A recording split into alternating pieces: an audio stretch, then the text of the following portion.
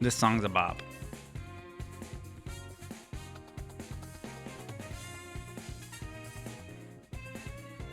What do you mean we're just on the cliff? Yo, I'm starting to get tan. I've been outside a lot more than when I was in New York. What's up? We're about to, we're in the middle of Act 3. I stopped it when it was, pretty dark. Yeah, this is Karen theme. I was gonna change it, but I like the song too much, so I'm gonna let it rock for a second. So I literally stopped last time. I'm gonna turn it down a little bit. Good. I've been good, Sonic. Yeah, so we stopped right when Shinya asked to help, for Always help to murder Noriko.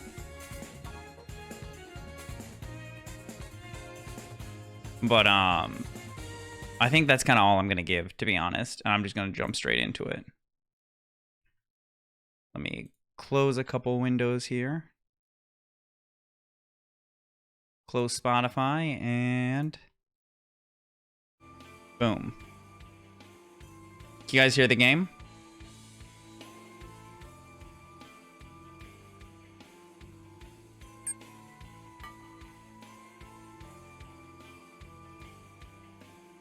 Oh, that's not my desktop. I don't share my whole desktop tree. That's a one-way ticket to getting in trouble somehow, some way. 614. Sick. All right, I'm gonna jump straight into it. Yeah, this is literally the line where I stopped it off. I'll let you go if you help me kill Noriko Kurosawa.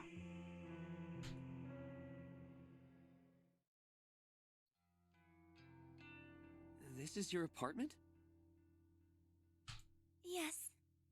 Why does it sound so low to me? Okay, there we go. Please forgive me for intruding. Let me know if that's too loud for you guys. Shinya bows politely and removes his shoes. He places them carefully in front of the doorstep and takes a stride forward. He takes a good look around before turning to me. You have a nice place. Oh, please. I wish he would cut the formalities. We're here to discuss serious business.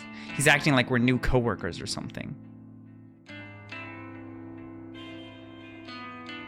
I walk over to the door and make sure it's fully closed. I slide the deadbolt into place.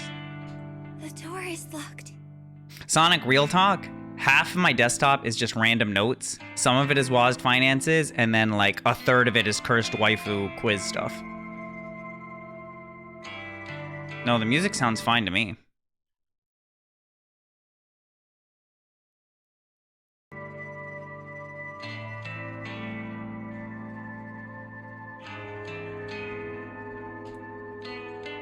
I whisper this under my breath so Shinya can't hear me.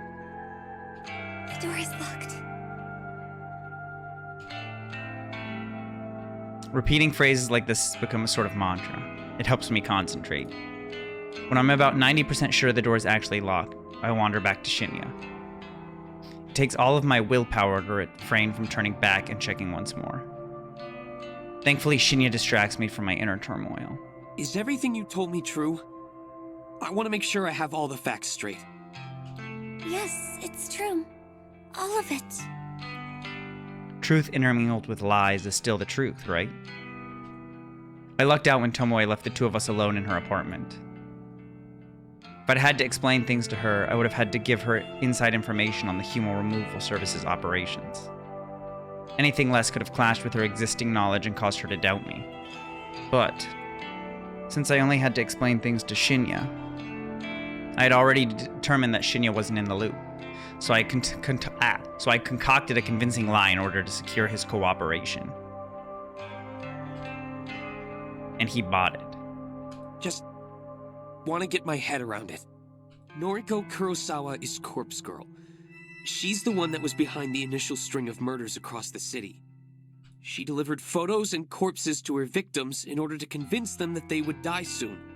And that had the effect of causing people to kill themselves.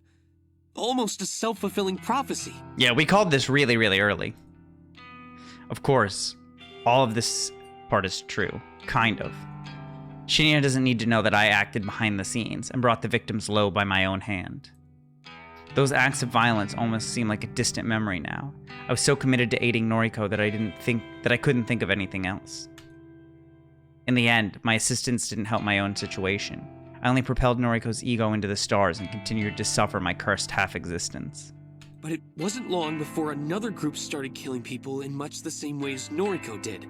A group called the Human Removal Service. They've killed hundreds, if not thousands of people in the past months. Dude, how does Aoi still hold down a job? Again, all true, so far. And you were enslaved by Noriko?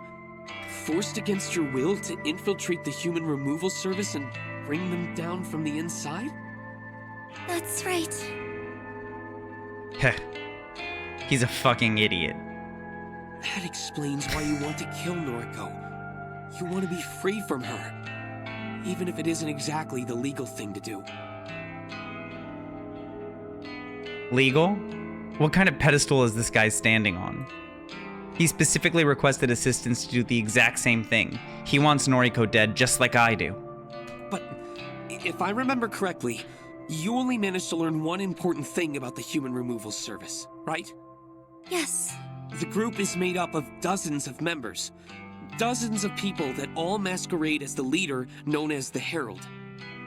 There's no single person responsible for the murders. It's the joint effort of a large group, all striking across the city simultaneously. Am I correct? And there's the real kicker. He's absolutely spot on. I didn't mind sharing this tidbit of information with him. It does nothing to assist with his investigation. And wrapping the lie that I was Noriko's lackey in a blanket of truth makes everything all the more convincing. Yes, that's right. Phew, okay. I think I understand everything. Thank you for your help. There's one thing I'm not entirely comfortable about. Shinya hasn't been forthcoming with his reasons for wanting Noriko dead. If I don't air the question, I feel like he will never address it. Can you tell me why you want to kill Noriko?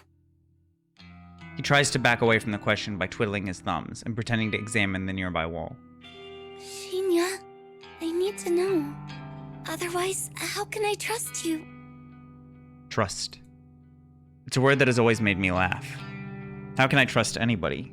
I couldn't even trust my own parents, the people who swore to raise and protect me. My mother hit me when I misbehaved, when I overslept by 5 minutes or raised my voice ever so slightly. I was a child. How could I ever trust her not to lash out at me? My father? How could I ever trust him after he killed me?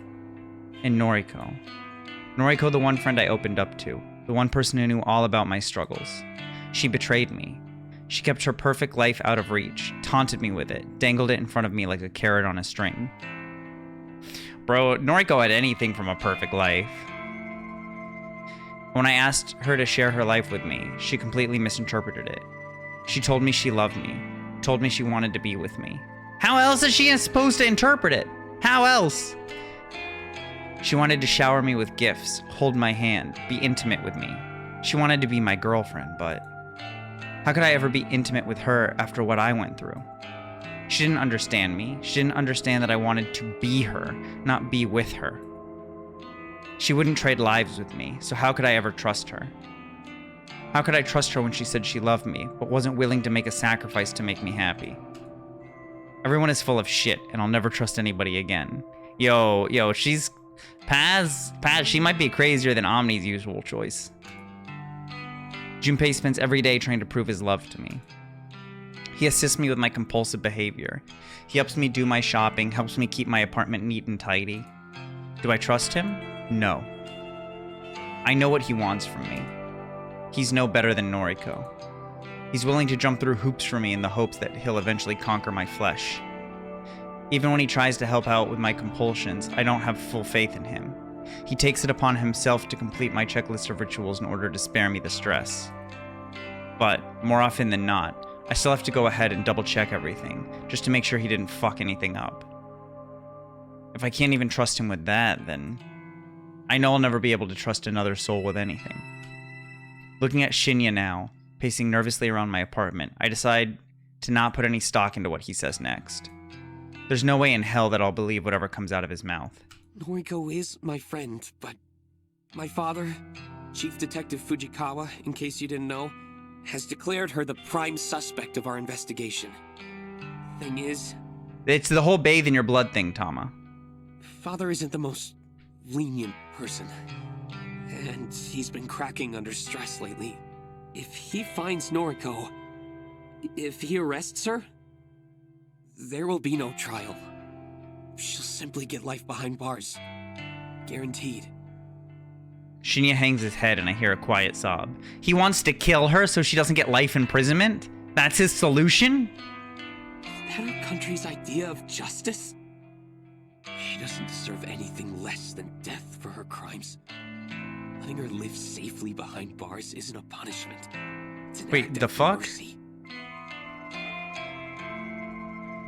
I want to ensure Noriko receives true justice, fitting judgment for the lives she destroyed. Bro, what is going on? What he's saying doesn't add up. How does he know she won't receive the death penalty? It's true that it's not a common punishment, but it's still legal in this country, especially so for cases of mass murder. Does Shinya have information that I don't?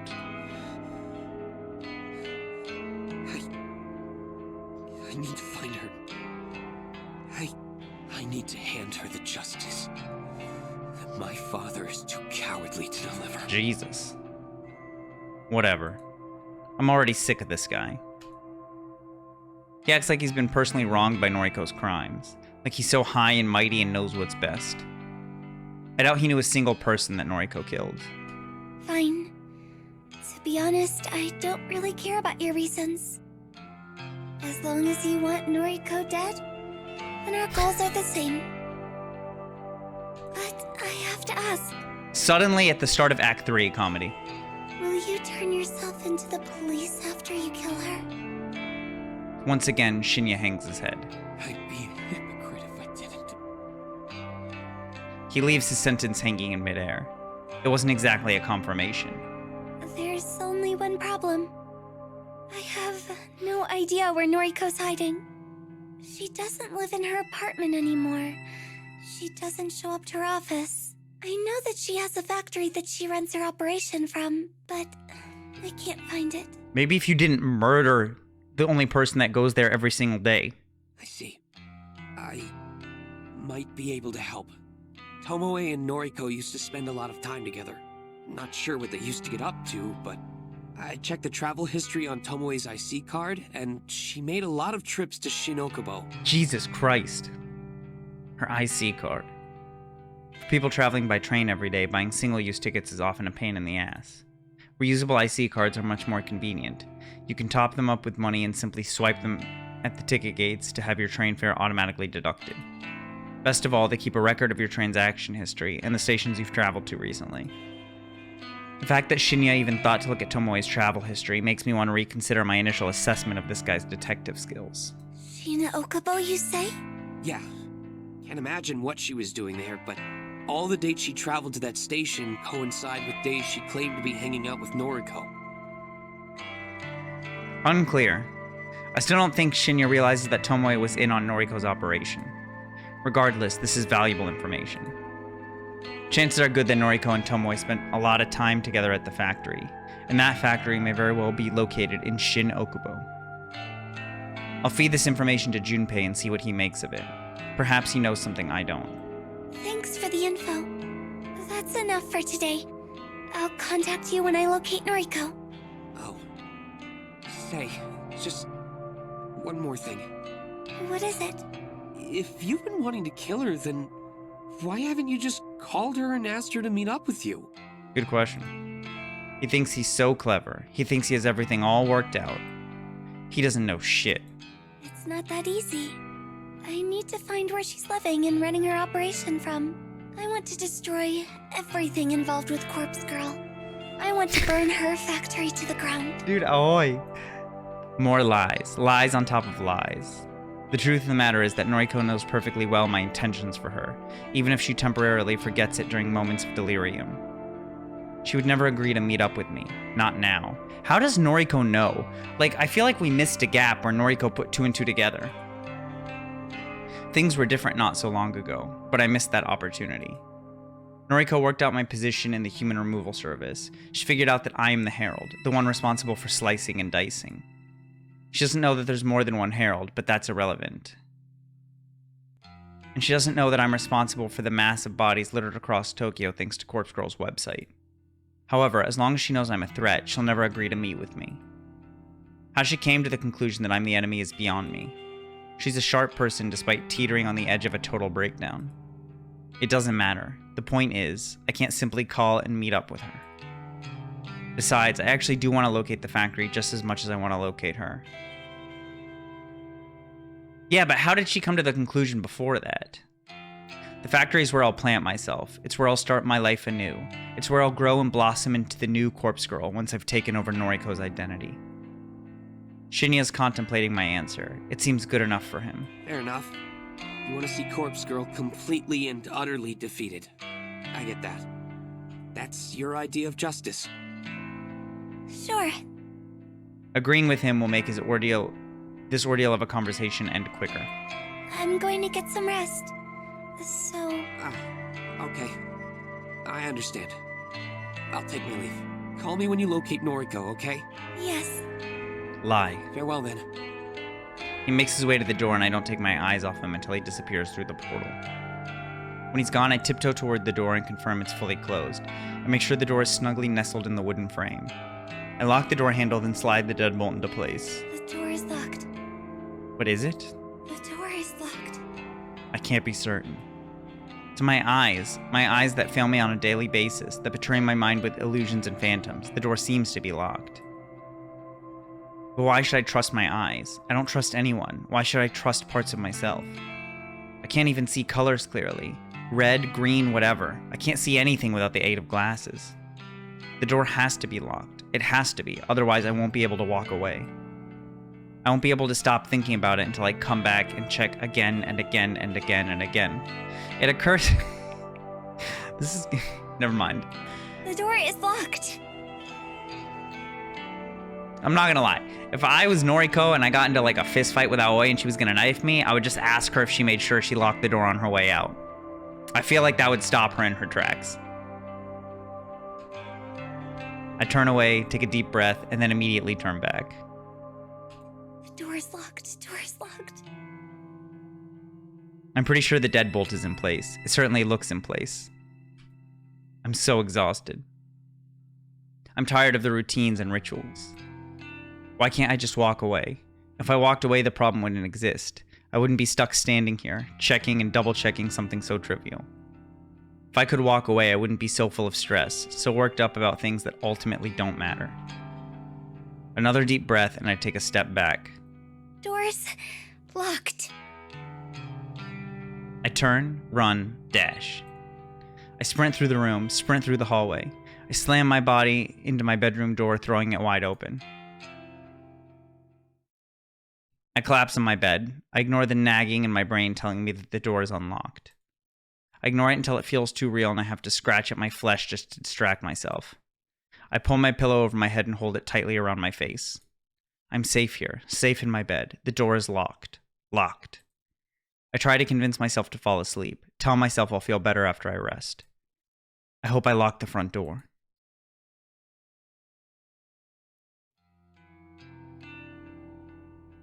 September 23rd, Wednesday morning. So yeah, I reckon I'll have some work for you soon. The other heralds have been keeping the numbers up. There just haven't been any requests for this area lately, you know? Yo, what's up, Gravy? Yeah. I'm only half listening to Junpei. He said something about why I haven't been tasked with killing anyone lately, but I don't really care about the reasons. Junpei's the only one in contact with the leader of the human removal service. I just take orders like all the other heralds. Not that I've met any of them. Every herald has their own district, their own turf. If a request comes through our website, it gets allocated to the herald closest to the victim. It must have been a week since I last got to kill, maybe 2 weeks. It's not that I like the killing. It's not that I want to do it. I fulfill the request simply because as a way to antagonize Noriko. It's my role to play in backing her into a corner and shutting down Corpse Girl. And so far, thanks to my contributions, the Human Removal Service, we've been incredibly successful. Corpse Girl is all but a distant memory to the general public. If people really want to request somebody's death, they come to us, not to her. I don't plan on remaining with this group for much longer. After all, Noriko's pretty much already broken. She's a wreck. Once I find her, I'll possess her and quit this group. Then I'll finally have the life I always wanted, Noriko's life. Dude, why do you want Noriko's life? I don't understand. I'll resurrect Corpse Girl when I feel like it. I'll use my inside knowledge on the Human Removal Service's operations to bring them down myself. After that, I'll be able to spend my days in peace, living free of fear, finally comfortable in being the girl I want to be. I'll truly be Noriko. Yo, babe, you in there? I suppose I drifted too far away. I rub my eyes, look at Junpei, and flash him my sweetest fake smile.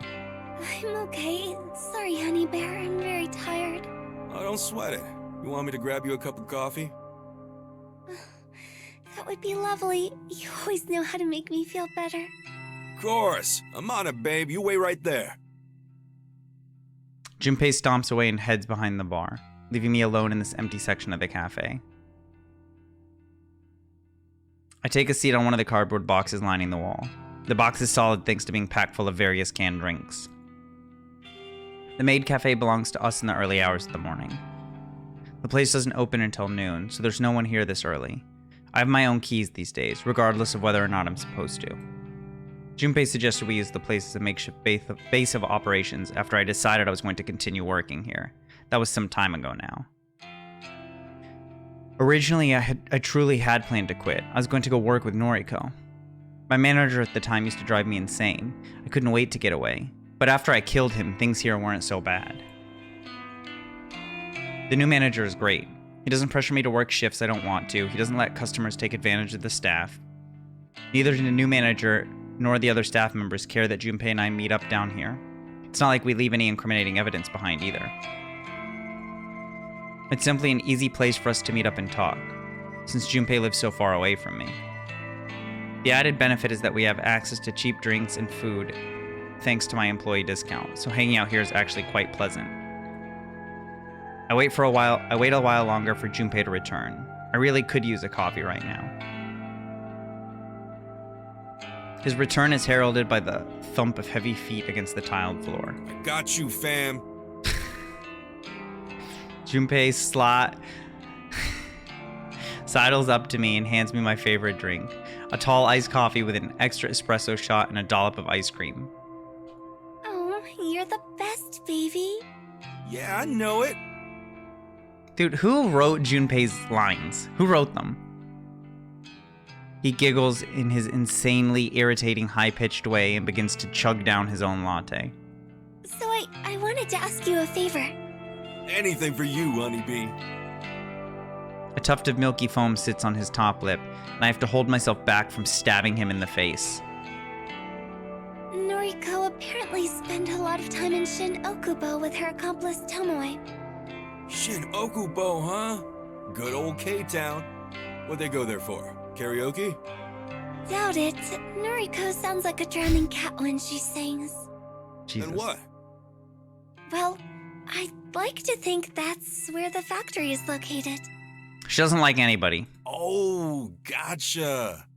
She likes Noriko so much, she wants to split her in two and bathe in her blood to become her. Ooh, you could be onto something. Trip from Kojiro's mark to Shin Okubo wouldn't take that long. Since they used to move a lot of bodies around, it's definitely a viable location. I agree. Right on. I'll look into it. I'll track down factories in that area and get my troops to investigate each one. I'm careful not to let him see me roll my eyes. By his troops, he means the guy he plays online games with. A bunch of teenagers that all look up to him because he's a top-ranked player. They're not involved with the Human Removal Service. They're just pawns that Junpei uses to complete legwork around town.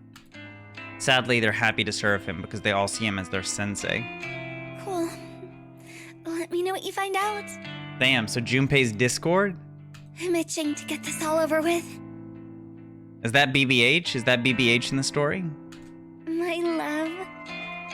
It's increasingly difficult to act pleasant around Junpei. My mouth tries to clamp itself shut every time I use a pet name or affectionate term. I know that my time to discard him is near. Once I become Noriko, then... You can count on me, sweetums. Now drink up and get your energy back. I take a sip of my iced coffee, and can nearly taste it. Because my tongue is dead. The food and drinks I consume need to be extra strong or sweet for me to have a chance of enjoying the flavor. But Junpei doesn't know this. He just thinks I have a sweet tooth. He can think whatever he wants, because I just don't care.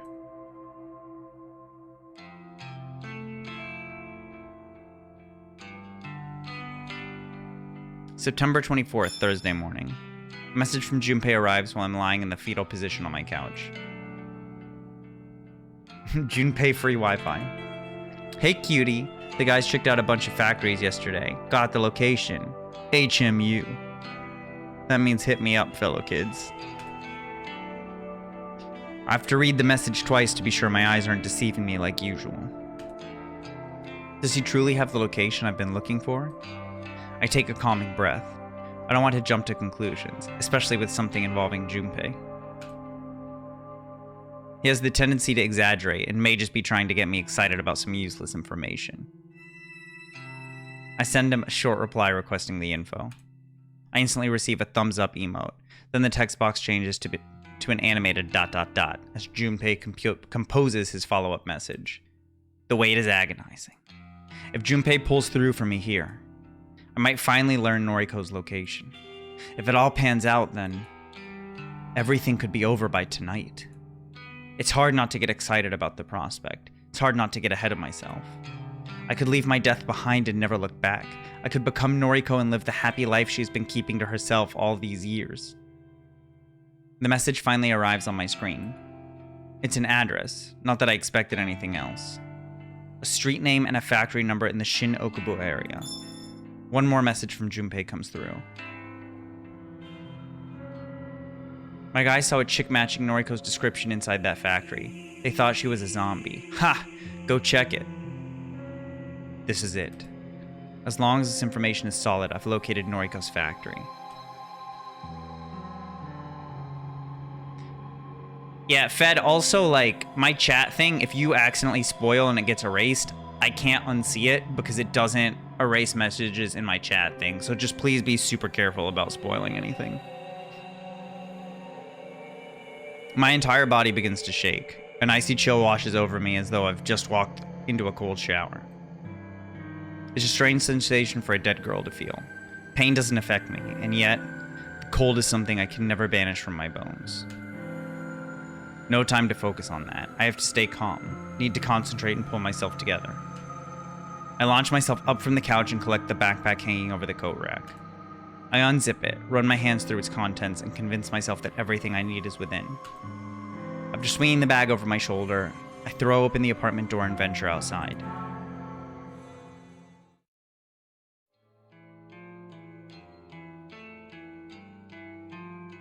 The factory is a rundown mess. How anyone can live here is beyond me. I suppose I'll just have to find a way to make it feel like home. Yo, Tama. Run those ads. Now people see the preview up at the top corner of the stream anyway. Run them ads. Don't be like me. Learn from my mistakes. Run those ads. Maybe once I'm inside Noriko's skin, I'll be able to understand why she's uncomfortable here. Why she is comfortable here. Yeah, the more I look at it, the better it seems. This will be my home. I'll be Noriko and live here happily ever after. I'll sit back and enjoy the life that she's been withholding from me. Firstly, I need to find somewhere to change my clothes. I can't kill someone if I'm wearing my nice dress. That's just not acceptable. Gotta wear the right attire if you're gonna go murdering. I did consider changing at home. Then I would have scored funny looks from people on the train ride over here. Is it strange that a dead girl fears entering a socially awkward situation? I always go out of my way to avoid uncomfortable situations. Perhaps that's just a remnant of the life I once knew. Something that I can't quite leave behind. It's the same as my obsessive compulsions. They cling to me like carrion flies swarming over my corpse. I shouldn't be worried about any of those things, but, dead or not, my mind just can't discard the anxieties that shape my entire life. Wait, what am I doing? Why am I trapping myself in pointless thoughts? My goal is right in front of me. Noriko is on the other side of that brick wall, completely unaware of what is about to happen. A heavy-handed slap to my face doesn't sting, but it causes me to reevaluate what I'm doing. Focus. First, I'll change into the gear provided to me by the human removal service. Then, I'll shimmy into the factory through an open window. I'll locate Noriko and drive a knife into her chest. I'll pluck her still beating heart from her body like a ripe strawberry, and then I'll carve my name into the pulsating, blood-splurting organ. Noriko's life will be over, and I'll be reborn. I'll baptize in her lifeblood and become the girl I've always wanted to be. And I'll be happy. Happy, just like Noriko. That smiling, carefree girl that I spent my youth with. The girl that faced her mother's attempted suicide with a stoic smile. The girl that didn't flinch when her father walked out. The girl that stayed inside day after day when the outside world just became too scary to face. The happy, carefree girl without a single real problem. She never knew how good her life was. She wouldn't have lasted a day in my shoes. I hate her so much. I'm going to become her. My backpack hits the ground with a dull impact. I tear my yellow sundress from my shoulders and let it fall to the ground, just like a snake sheds its skin. The cool afternoon breeze bites at my naked skin and makes the tiny hairs across my body stand on end. Why can the dead feel the cold? 'Cause you're not dead! The dead shouldn't feel anything. I crouch and rummage through my backpack, withdrawing my change of clothes. Slowly, calmly, deliberately, I dress myself in the dark gear that marks me as a herald, one of many. I note the conforming weight of 4 knives concealed within my jacket, 1 in each sleeve and 2 against my chest. It's important to be armed to the teeth. After donning every article, I pull a broad mask out of the bag. A mask in the likeness of Corpse Girl, my enemy and my future identity. I slide the mask over my face and a curtain of calm descends over me. This is the last time I march forward in the name of the Human Removal Service. This is for my own personal agenda. The scheming of that rebellious group of killers no longer guides my hand. The time has come. I approach the factory's front entrance and try the door. Simply out of curiosity. I don't expect Noriko to have lowered her guard so much, and yet, the door swings open. She left it unlocked. A mistake I never would have made thanks to my overbearing compulsions.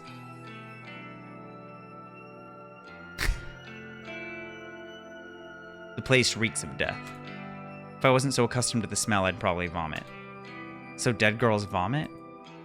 The dull, steady hum of an air conditioner registers in my consciousness, but doesn't distract me from examining the surroundings. Countless empty body bags are strewn across the pockmarked concrete floor. Some are stained with brown blood, and some are completely clean. A series of shelves, almost like warehouse racks. I mean, Tomoe's still out there, guys. Tomoe's gotta be, like... She's gotta make a comeback, right? We gotta see her again. Whoever planned this layout was out of their mind. However, this is home now. My home. Soon. Striding forward, I weave between shelves and step over discarded body bags. So far, there have been no indication of Noriko's presence. Still, I draw a knife from inside my sleeve so that it rests in the palm of my hand. The metal handle is cold. Cold. Why do I feel cold? The entire factory is like a freezer. How can Noriko live here? Hey. My torso twists in reaction to the monotone syllable. The quick movement sends a shooting pain across my chest. Pain? Pain? It's you. Hello, Harold. It took me a while, but I figured out what your mask is supposed to be. It's like an artistic representation of Corpse Girl, right?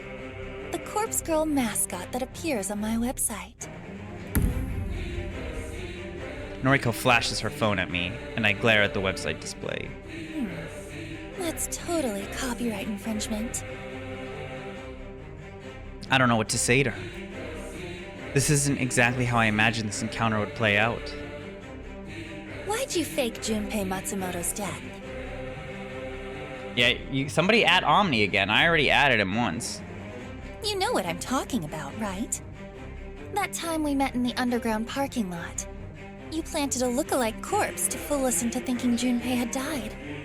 Total corpse girl move, by the way. Guess you stole that strategy from me, too. I sense a lawsuit. Damn. She steps forward with a hand outstretched.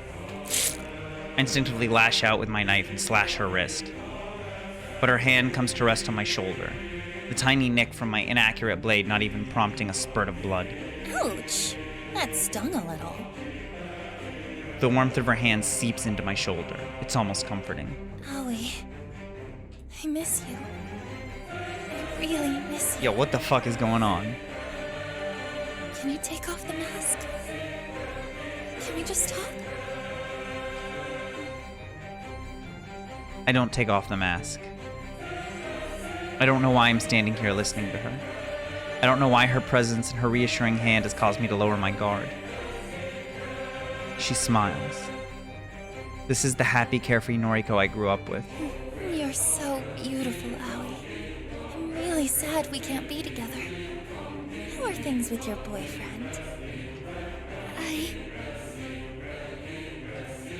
That single useless word crawls out of my rotting mouth like a diseased maggot. It's all I can bring myself to say. You can't tell me? That's okay. You used to be so open with me. And then, you died. We tried to keep our friendship going after that, but we've never really been the same since then, have we? What the fuck? I hope you get the help you need, Aoi. I hope one day we can put all of this behind us. My fingers loosen, the grip on my knife weakening. It falls to the concrete ground. I don't need it anymore. Those are all corpses that they were making look like random people gravy and leaving them at their doorsteps. I tense my arms and squeeze my hands together, desperately trying to crush Noriko's throat beneath my fingers. Her skin is warm and flushes red as my grip tightens. She kicks against me, but the pain doesn't register. She's weak and frail. Her strangled cries drowned out by my own grunts of exertion.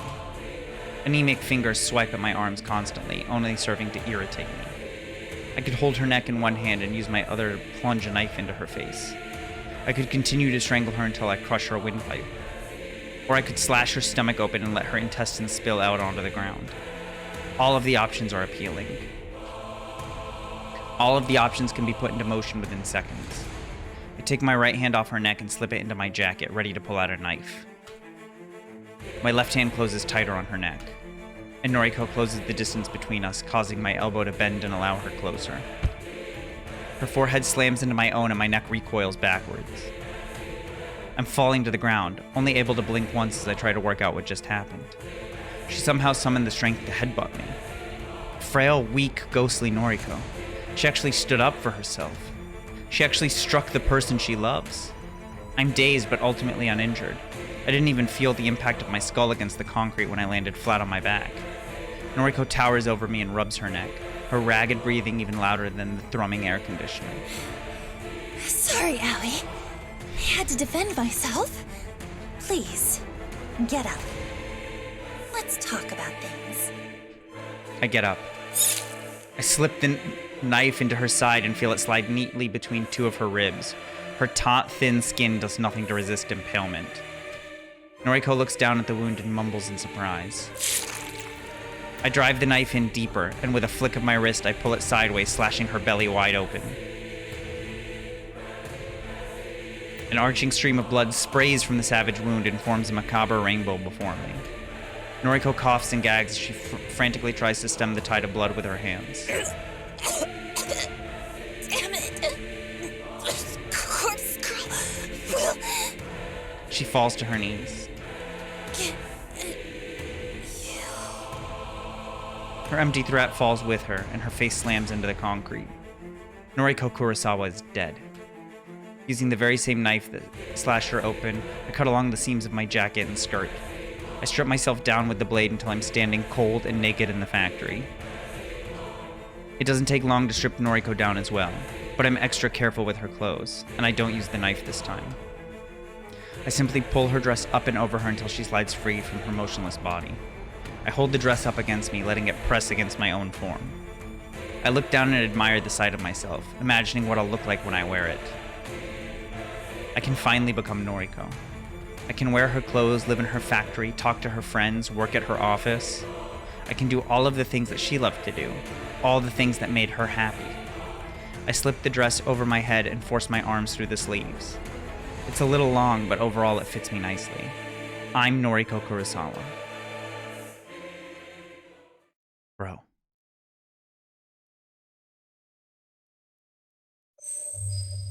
Okay, that was Act 3. That was the end of Act 3. So the final act is Noriko Kurosawa. Again.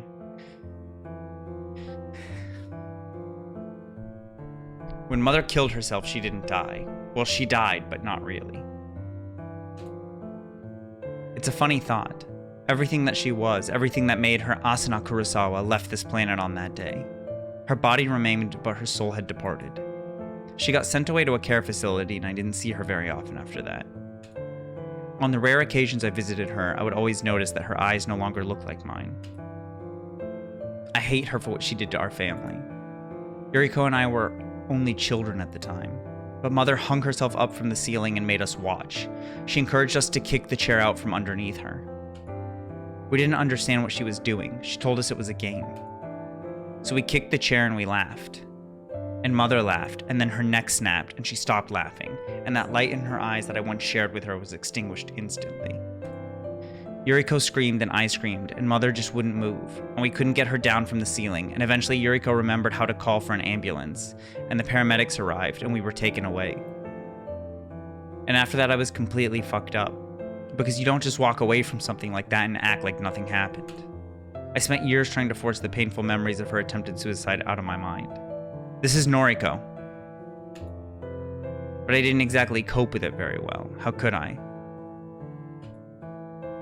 I became terrified of the world and became used to locking myself inside and wasting away. Yuriko dealt with it a little better than me. I can't say her rebellious behavior was the right way to cope, but it had to have been healthier than staying inside for weeks at a time. By the time I reached senior high school, I think I'd mostly gotten past everything. The vision of Mother hanging from the ceiling in front of me didn't haunt my dreams. The sound of our laughter intermingled with screaming didn't always ring in my ears. Aoi helped me through a lot of it. She shared all of her problems with me, and it made me feel a bit better, like maybe my life wasn't so bad. Aoi's life was kinda messed up. Her father was arrested for various crimes and didn't spend much time in her life. When we were about to graduate, he came back to town and violently attacked her. She called me and told me that he killed her. But she killed him too, so it was all going to be okay. Her words, not mine. I never understood what she meant when she said she was dead. I think graduating put some distance between us, so I never truly tried to figure out her words. My own problems came back to haunt me once I moved out of home. I became completely distracted and almost forgot about Aoi. The apartment I moved into, I should have known that the smell of mold wasn't normal. I should have paid attention to the shoddy repair work that had been performed on the wall. I should have just walked away and found somewhere else to live. But that apartment, I suppose that's where I started to lose control of my life. And that's exactly the reason why I need to return there. Several days later.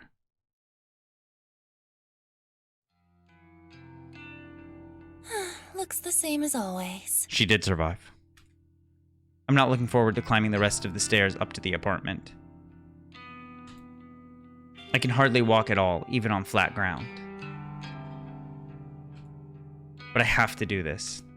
I can't let stitches and bandages and painkillers distract me from getting inside. I don't know how long I was in the hospital for. None of my personal effects were with me when I woke up. I had no phone, no purse, no handbag. But the doctors monitored me for a few days and then let me go, even though I told them I had nowhere to return to. They just threw me onto the street.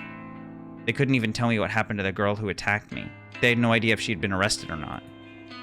I have a feeling she's still out there. She She probably went to your work. Pretended she was Noriko, tried to waltz right in. Regardless, I'm here now. My wound is apparently on the mend, and I don't have any signs of infection. All I have to focus on is the ascent in front of me. Each step I climb is more difficult to conquer than the last. Each time I raise my leg, I experience a tearing, searing agony along the length of my stomach. More than once, I have to stop and check that my stitches haven't torn wide open. When I'm sure my flesh is more or less intact, I continue scaling the mountain. Tama, she was too busy becoming Noriko. My head throbs and beads of sweat drip down my face. When I hit the landing on the level below my own apartment, I spy a familiar face. Noriko? Momo Ogawa, the daughter of Kenji Ogawa, the man I framed in order to maintain my innocence. Hey, Momo. Dad! Her panic cry isn't the reaction I was suspecting. Her father is exiting their apartment just as Momo cries out. He does a double take before glaring at me. Noriko, surprised to see you here. I can't quite get a grasp on his tone. Is he happy to see me or angry? Does he even know that I'm the reason he was arrested? Well, I'm assuming that the police let him go fairly quickly. After all, he's here at his home and not rotting in a cell. Hello. Your landlord said you disappeared. Yeah, kind of. Are you okay? You look like... His gaze turns to the hospital tags adorning my wrists and the package of spare bandages I've slung over my shoulder. You know, you disappeared right around the time the police... Huh? Forget it. It's nothing. I have a bad feeling that he's beginning to piece something together. If it works out that I'm behind his false arrest, then... Sorry, I should go. Yeah. Come on, Momo. Bye-bye, Noriko. Bye, Momo. The girl waves excitedly as her father leads her downstairs. I should feel relieved that he's safe, but honestly, I just feel guilty. My actions, Corpse Girl's actions, put a lot of strain on that little family. I have to keep going. The last flight of stairs is torture on my battered body, but I persevere and reach the front door of my apartment. It's at this moment that I remember I don't have any keys to get in. Shit. Out of desperation, I try turning the handle and the door opens. Bro, do people in Japan just not lock doors? Either I left the place unlocked or the landlord has been inside and forgot to lock up. I'm just thankful that I can keep moving forward. The curtains are open, bathing the living area in a soft light. I'm home. Home. No, that's not right. This isn't my home. This isn't Noriko's home. This is Corpse Girl's home. I never really lived here. I simply existed within these walls. The real Noriko was held hostage by an omnipotent presence sealed in this home. So Noriko's thinking that the dead body that was in there is actually Corpse Girl and that it made her do all of this messed up stuff? The things here are just that I left them so long ago. It's a comfortable feeling, but at the same time it sends a chill down my spine. Yeah, because she said she felt guilty and all this other stuff for the first time. It's like when she got murdered, Aoi became Corpse Girl and sucked it out of her, and now Noriko is normal. This is all Kojiro. It's a comforting feeling, but at the same time it sends a chill down my spine. It's time to move on. I stride with purpose towards the kitchenette and slide open one of the drawers. Inside is a small mallet with a metal head. It's a treasure I acquired from the garden shed on the apartment grounds back when I first moved in. It's not very large, but that suits me just fine. I don't have the strength to wield anything bigger than this. Bringing it to bear is still a great deal of effort. I grip the handle with both hands and lift the deceptively heavy tool. Equipped with this tiny weapon of destruction, I slowly lurch through the hallway. I make my way to the very end where a blank, stark white wall faces me. The paint on this wall is peeling, like it was slapped on without care. The plaster is cracked like it was applied by an amateur. And the lingering stench of mold is at its strongest when I stand in front of this wall. You know, how long does a corpse smell? Like, it's been years at this point, right? I bring the mallet down with both arms, the heavy metal head crashing into the wall with as much force as I can muster. The struggle of bearing the mallet is taking its toll on my wound, and I feel the stitches in my stomach threatening to snap and break. But I can't stop here. I can't stop until I've crushed this wall and revealed the glittering contents of the trove hidden inside. Another swing and another crash against plaster. Cry of pain and another hole in the wall. I scream and swing the hammer and groan and slash and weep, and the wall crumbles beneath my sheer force of will. White dust clouds my vision and provokes me into a coughing frenzy.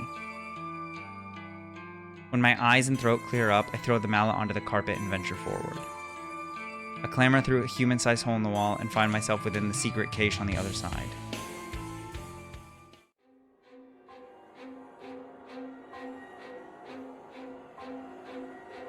The stench assaulting my nostrils no longer disguises itself as mold. It's the fetid malodor of rotten decay, the intimidable trademark of a decomposing corpse. I spent so long fooling myself into believing it was nothing concerning.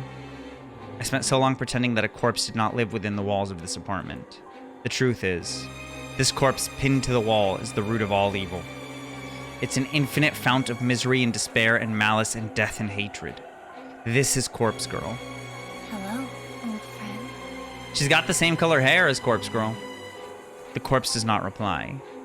To call it a corpse is no longer entirely accurate. It has become little more than a skeleton, an osseous edifice, a macabre tribute to the unyielding sands of time.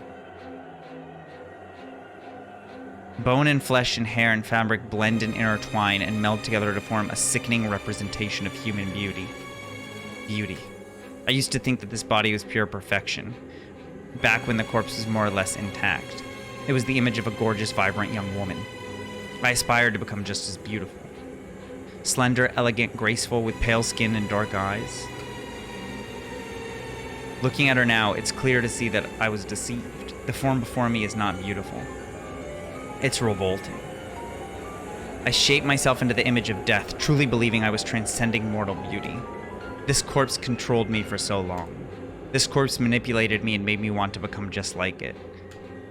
Somewhere along the way, my own identity began to dissolve, and I started to believe that I had become this rotting carcass, this pallid bag of flesh. The spell has been broken. I don't know if it's because my near-death experience, or the clarity of mind inspired by an intoxicating cocktail of painkillers, but I no longer want to associate myself with Corpse Girl. I want to be myself, just Noriko. I no longer want to kill in the name of this blasphemous effigy. Corpse Girl, I found you here. Trapped in this storage closet. So Just over a year. she found it and then closed it again. And you stole my life from me. Looking at her now, I can't help but wonder what the hell went through my mind when I let her possess me. Why did discovering this corpse have such a profound lasting effect on my psyche? I shut my eyes as a wave of dizziness threatens to overcome me. Staggering into the near darkness, I struggle to regain my balance. I had blocked out the memory of discovering this corpse for so long, I refused to acknowledge it ever happened. But the crystallized fragments of that forgotten memory have finally breached the surface of my consciousness. I can finally recall the event thanks to the clarity brought about by my current state of mind.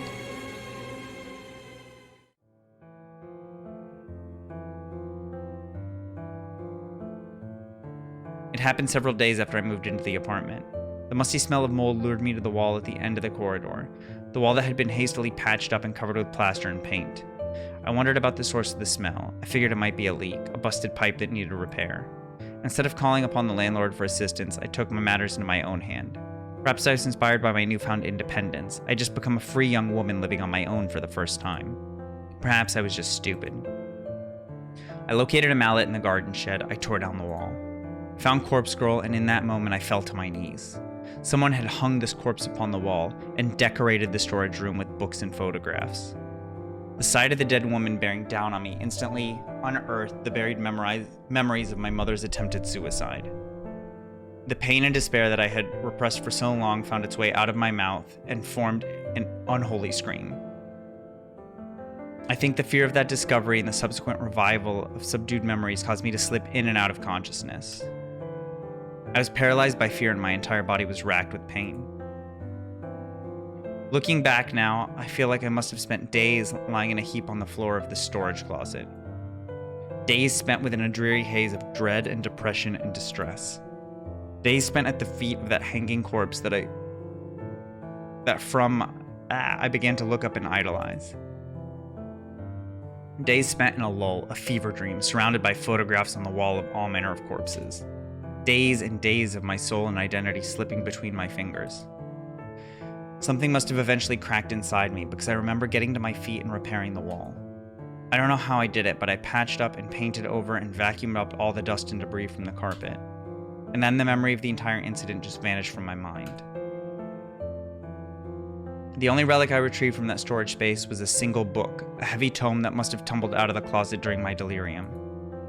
Foss Photography, a comprehensive history of photo manipulation.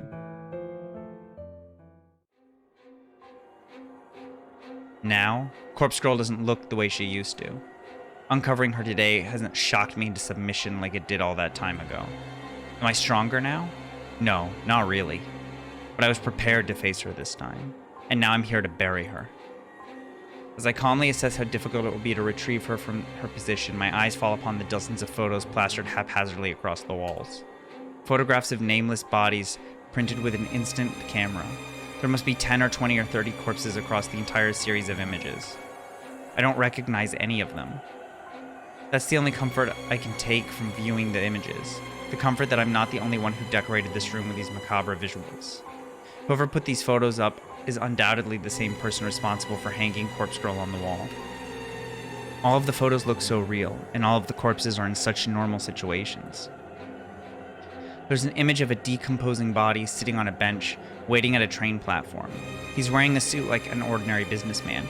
Yo, remember when Kojiro said that he had been taking bodies for years? He'd been taking them and photographing them. Apparently. Like when he said that he'd just been stealing them from the morgue. Another image is of a headless couple at a dinner table, dressed in their Sunday best. They're sharing a candlelit meal. Corpses going about their daily life. It's eerily reminiscent of something else I've encountered before. What was it? A book I read? Instinctively, my eyes dart to the piles of books toppled over in a corner of the storage room.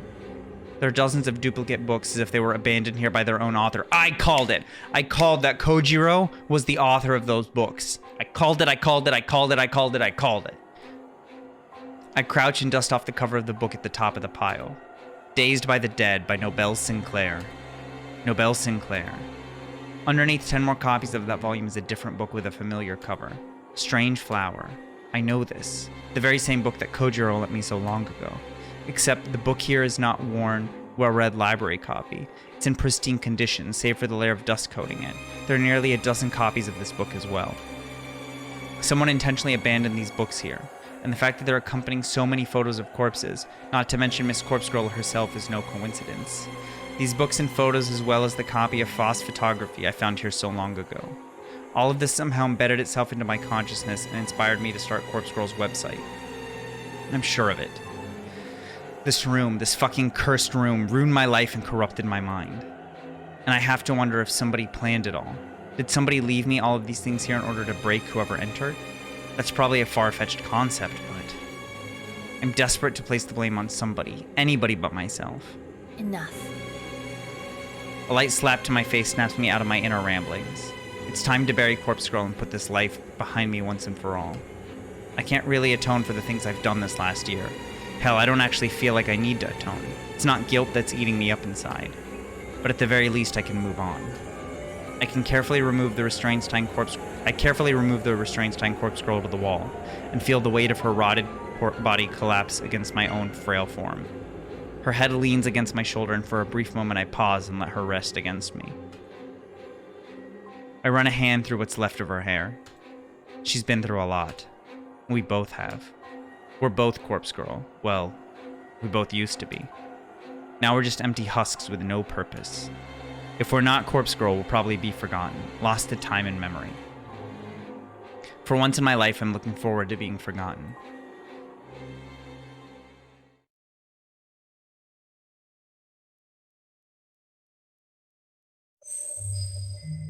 Okay, that was the finale, so we get the bonus ending, Tomoe Watanabe.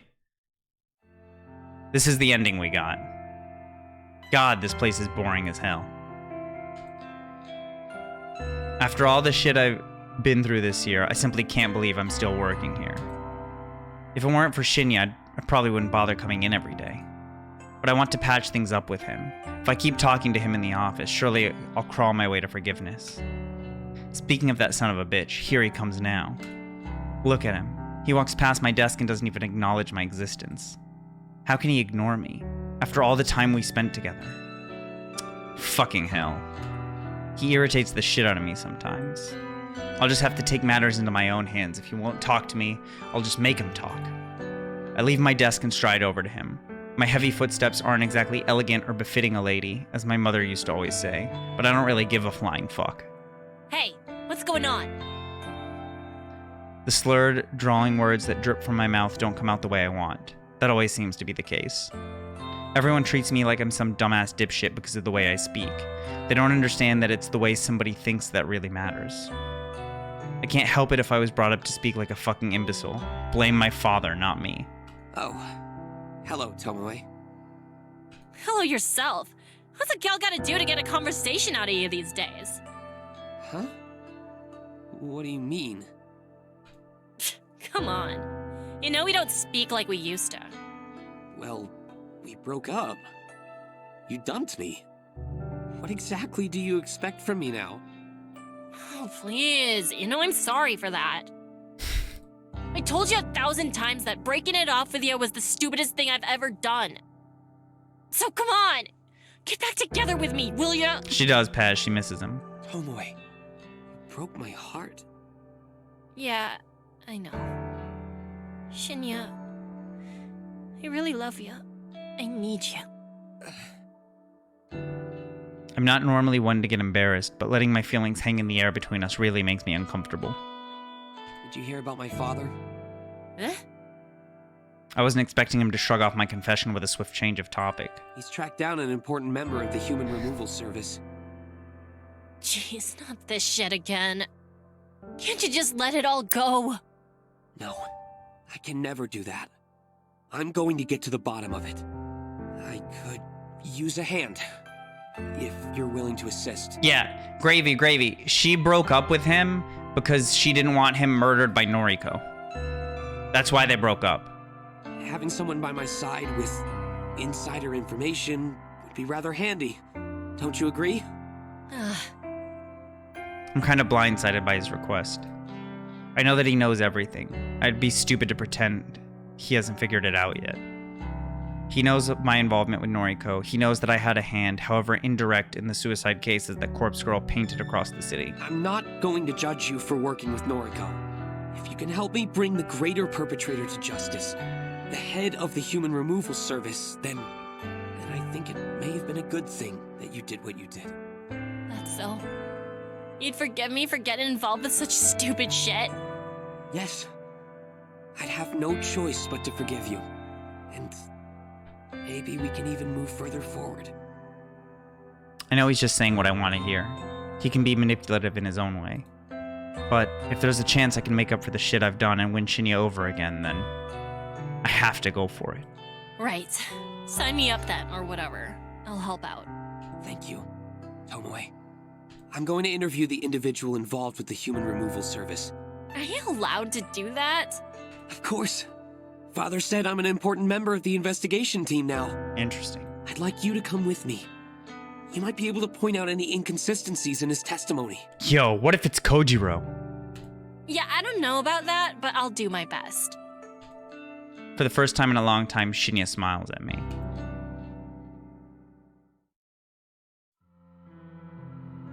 Ah, shit, man. I told you, I don't know. Why are they in the mall security room? Can you just leave me alone? This guy is pathetic. Every time I open my mouth, he flinches and recoils in terror, like he thinks I'm gonna hit him or stab him. Oh my god, is it the dad? Listen here, you little No, shit. never mind. If you don't spill the deets, my man here will crush your fat skull into dust. Tomoe, maybe you should let me do the talking from here on out. Whatever. I back off and let Shinya take my place. I talked him up, so I thought he'd be pleased, but maybe I just annoyed him. Mr. Matsumoto. Please, just call me June, hey. Nice try, mister. I ain't your friend.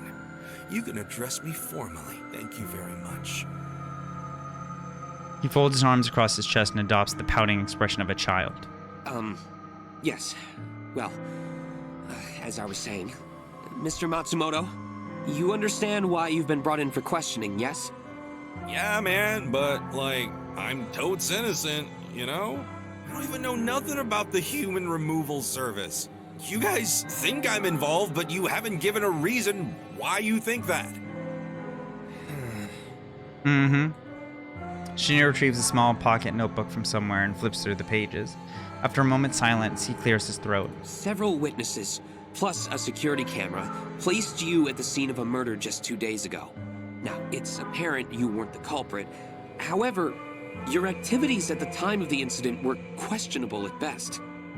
Oh, what activities are you referring to, Detective Man? You were cheering, and I quote, "Kill him dead. Kill him dead." Yo, that don't sound like something I'd say. I want my lawyer. You can't detain me here. You can in Japan. Mr. Matsumoto, you willingly came here when we contacted you. You are not under arrest. This is ludicrous. Ludicrous, I say! Be that as it may, I have a few more questions. One witness declared that you followed the masked culprit after they fled the scene of the crime. Is there any truth to this claim? Oh man, like, I just needed to go the same direction, you know? I needed to go in the same direction. I've got no idea who this Harold person you keep mentioning is. Shinya raises an eyebrow and casts me a dark look. I just shrug. I never mentioned the word Harold.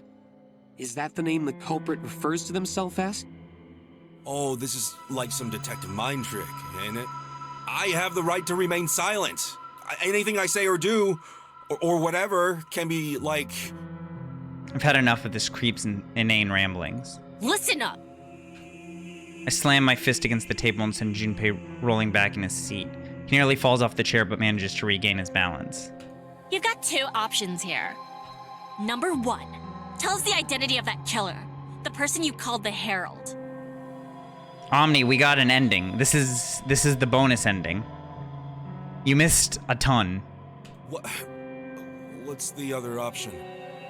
Number two, tell us who is really in charge of the human removal service. What a baby. His sweaty, pulsating forehead is glowing red. I can't betray the identity of the Herald. I just can't. But the guy behind all of this? I say fuck him. I'll sell him out if it means you'll pardon my involvement. I don't know what caused this sudden change in attitude, but Shinya gives me a grateful nod and it feels good to have been helpful. Please, Mr. Matsumoto, please give us a name. Okay. Look, you gotta know this. I don't have all the deets, okay? I'm not as important as y'all think I am. But the guy running this whole thing, he's got an army of masked killers. An army of damaged chicks all going around, killing and calling themselves the Herald. And the name of this ringleader? Like I said, I don't know everything. I don't got his full name. I only know him as N. Sinclair. I fucking called it. It was Kojiro. It was Kojiro. It was Kojiro. I fucking called it. I called it. Yes. Nobel Sinclair. Kojiro's the guy running the human removal service. I fucking called it.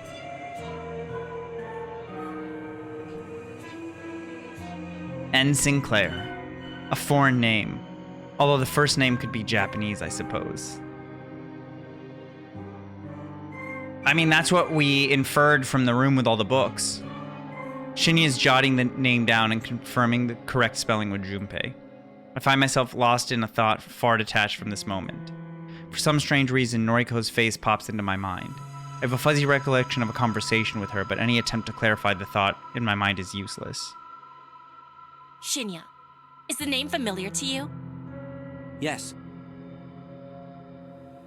Amazing. Shinya always surprises me. So who is it? Noriko Kurosawa once told me about a book she was reading. Now, please understand, I don't share the same taste in fiction as hers, so... Yeah, I get it. Get to the point. She used to read the most macabre, horrific stories. And she told me about one book in particular. A book about a man obsessed with corpses. Obsessed with corpses, huh? Jeez, don't that sound familiar? Wait, what am I saying? That does sound familiar. She told me about that book, too. Something about a flower. Yes, Strange Flower. A book by Nobel Sinclair. Nobel Sinclair.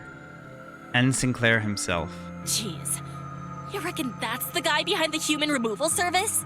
I don't know, but it's a lead. A man obsessed with the dead. Truly despicable.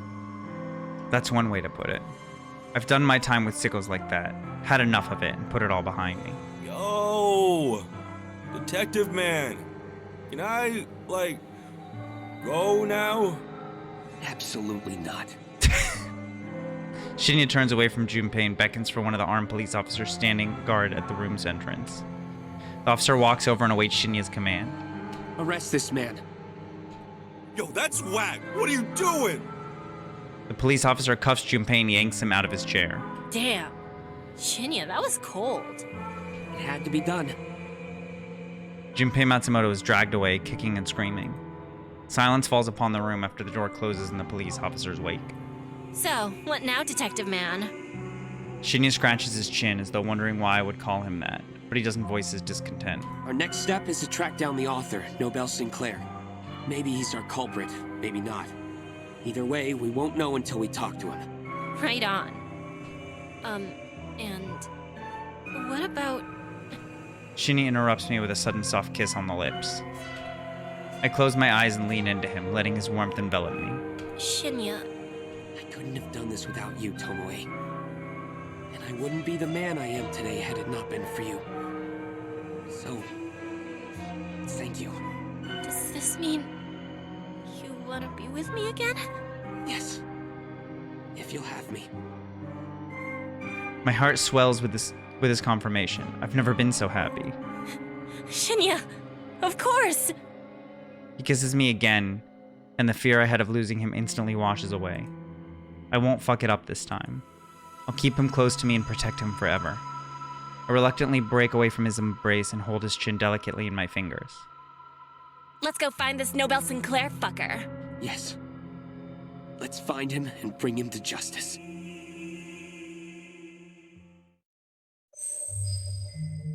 We got a false ending, Noriko Kurosawa. Ending B, false, Noriko Kurosawa. Shit. Okay, 3 months later.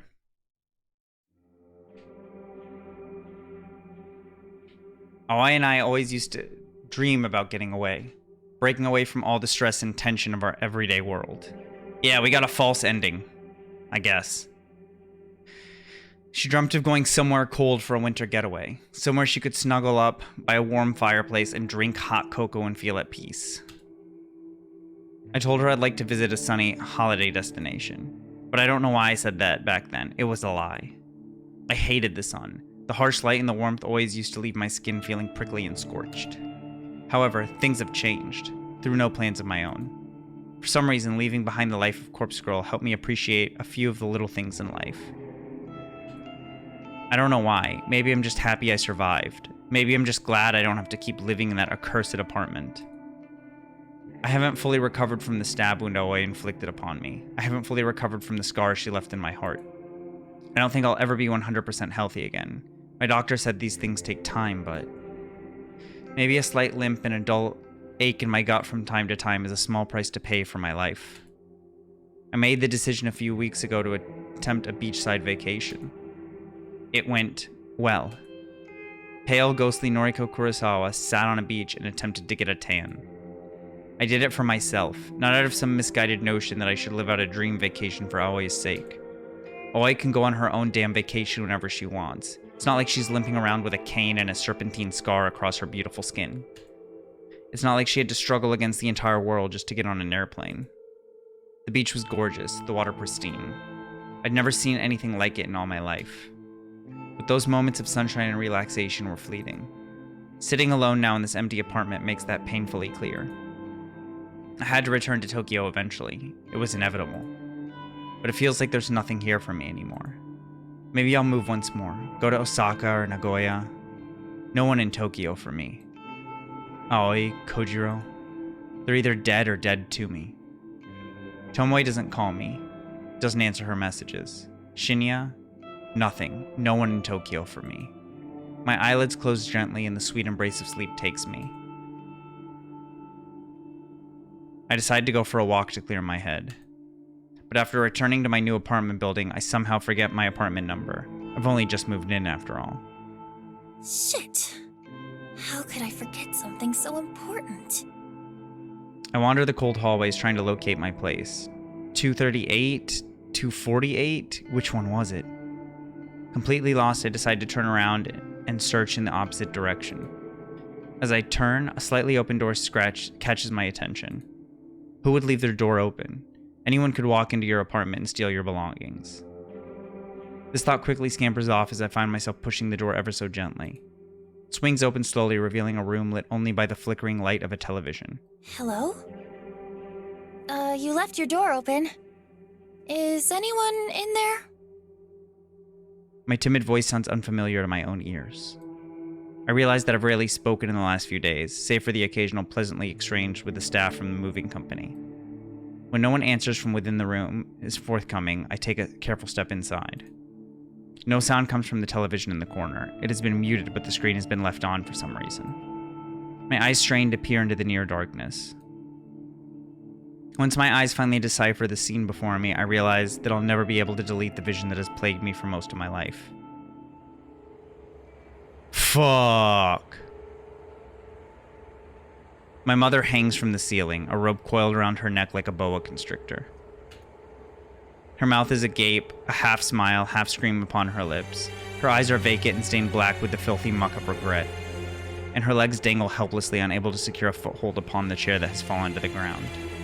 The chair that I kicked out from under her while I laughed and laughed along with Yuriko. A thick clump of bile bubbles up within my throat, and it takes all of my strength to resist keeling over and vomiting. The body hanging above me, the soulless corpse peering down at me. This is not my mother. This is not... This person, this nameless woman. She's been dead for hours at least. I didn't kick the chair out from under her. Yuriko isn't here laughing alongside me. I'm here alone. The woman isn't struggling. She isn't pleading for help or forgiveness. She isn't cursing her stupid mistake. She's gone. Just gone. Her soul has departed for whatever afterlife awaits us once we leave this purgatory. She's nothing more than a hanging corpse. Nothing more than a sack of flesh and bone. The disgusting urge to throw up begins to ebb away, and I stare up at the ceiling. The light of the television illuminates the corpse's face briefly, revealing skin gently kissed by light freckles and eyes creased with soft wrinkles. She's older than me, perhaps by a decade, but she's by no means less beautiful than I am. Her hair is long and soft, and I suddenly urge to brush it aside, to sweep it away from her eyes and tell her everything is going to be okay. Before I can even understand it, I'm standing upon the bed in order to reach up to the ceiling. I rest one hand lightly on her shoulder, and then I go ahead and brush some of those stray locks from her eyes with my fingers. If I look past those empty eyes, those eyes that stare at me and see everything I am, I look past them. I see a truly gorgeous woman before me. I'm utterly entranced by her. I rest my cheek against hers, her skin still surprisingly warm. Perhaps she did not perish as long ago as I initially assumed. I'm sorry. I don't know why I say those words. Maybe it's guilt? Guilt. I caused a lot of people to end up like her. Forced them to end their own lives out of fear or distress or desperation. No, that's wrong. I'm not guilty of those things. Corpse Girl is the one responsible. It's not my fault those people died. I wasn't myself. Regardless, to think that I helped Corpse Girl destroy so much beauty makes me feel ill. What's your name? The corpse doesn't answer. A silent type, eh? That's It's okay. It's kind of cute. What is going on? My name's Noriko. Are you hungry? Can I treat you to a meal? No reply. Shh. It's okay. Come on. I'll get you down from there. Let's get you dressed. I'll put you in something nice. Bro. It's warm outside, so how about a light dress? Nothing.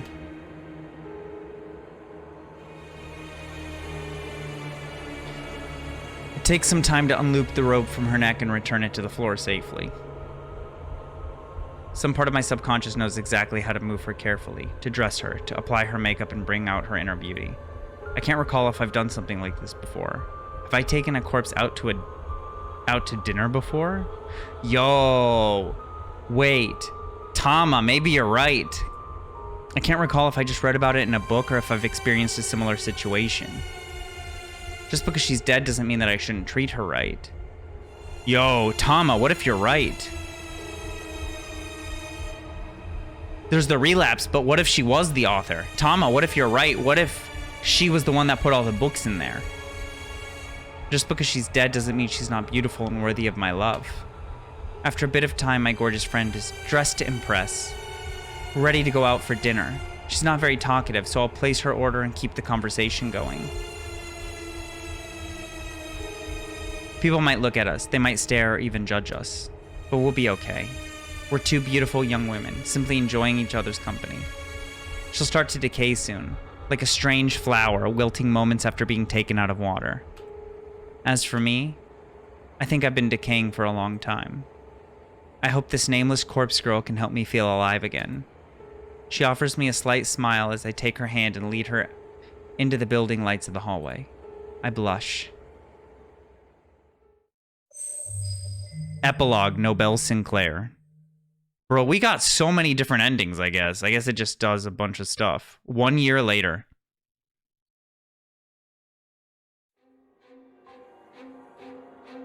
The book is almost warm in my hand.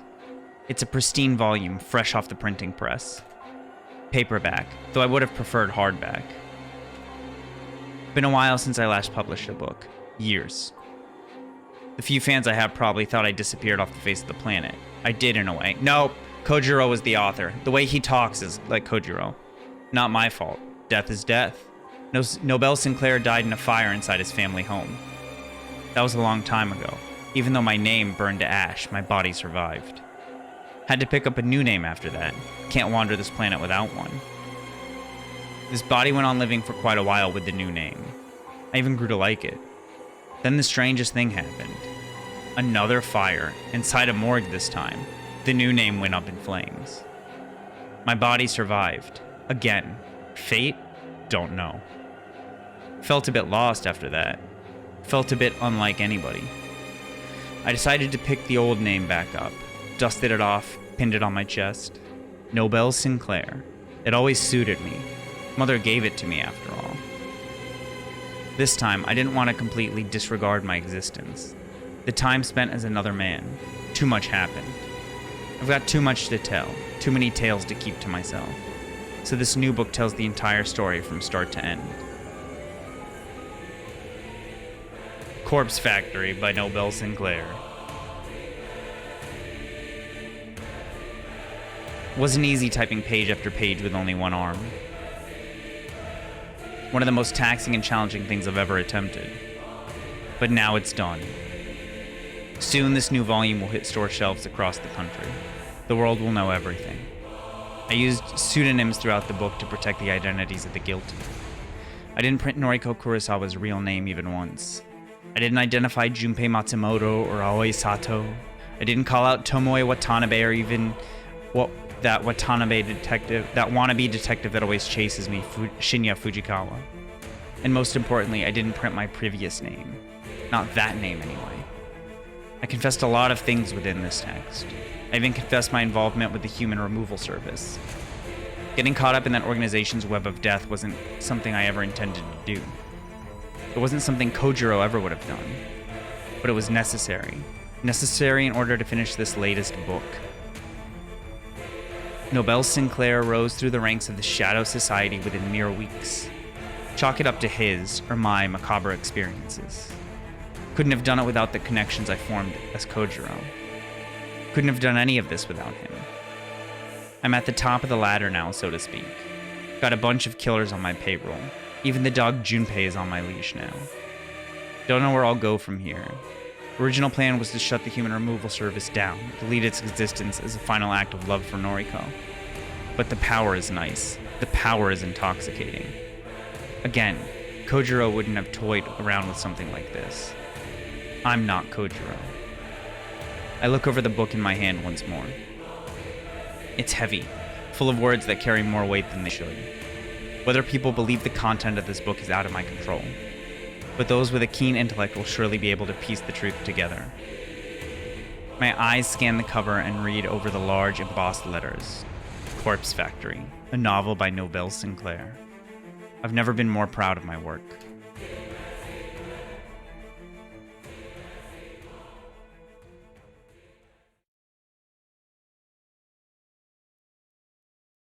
Okay, so we didn't get the hell ending, but we didn't get the true ending. I think we just got an ending.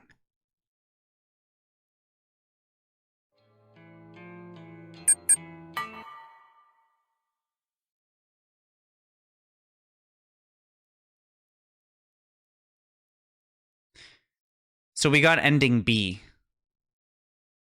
Oh, we can watch all the endings. So we got the epilogue, we got bonus ending, we got ending B. We got the false ending. So we can read, I guess we can just read any of the other endings, which probably makes more sense than replaying the whole thing. So I'm assuming the choices that happen, we weren't given that many, but we were given a few to recruit people. So I think don't chase Aoi is one.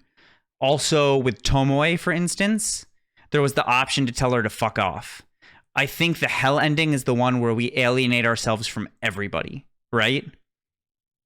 And the true ending is when we collect everybody. We collect Tomoe, we collect Aoi, we collect all those people. I think that's the true ending. I have no idea, though. Shall we read the hell ending and then the true ending? Or should we read the true ending and the hell ending? I want to make a poll real fast.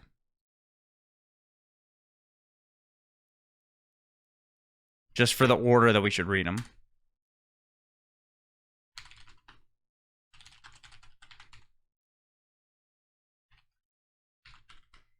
All right, it's going to be 1 minute. Started the poll. I think we can read them. Yeah, it looks like we can just read them. So we're going to read both of them, but we're just going to read them in whatever order. I think hell ending is going to win pretty easily. Ending C, Hell, Noriko Kurosawa. 3 months later.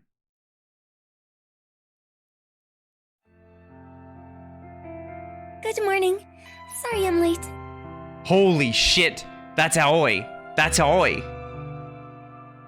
She dyed her hair to look like Noriko and everything. Oh my god. This is the hell ending you guys wanted. I make a quick apologetic bow to my coworkers before hurrying over to my desk. Wait, where's Omni? Oh, there he is. No one seems too bothered about my tardiness. A few people offer a raised eyebrow, but they quickly return to their own work. I take a seat at my workstation and switch my computer on. It whirs to life as I organize my belongings. From my handbag, I retrieve some key items. First is my canned coffee, still ice cold thanks to the convenience store's powerful refrigeration. Second is my headphones. I can't complete a day of tedious data entry without listening to music.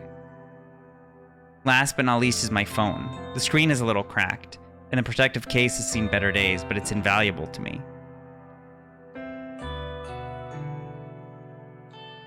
I think this is the result, Paz, of Noriko dies and she actually takes her place.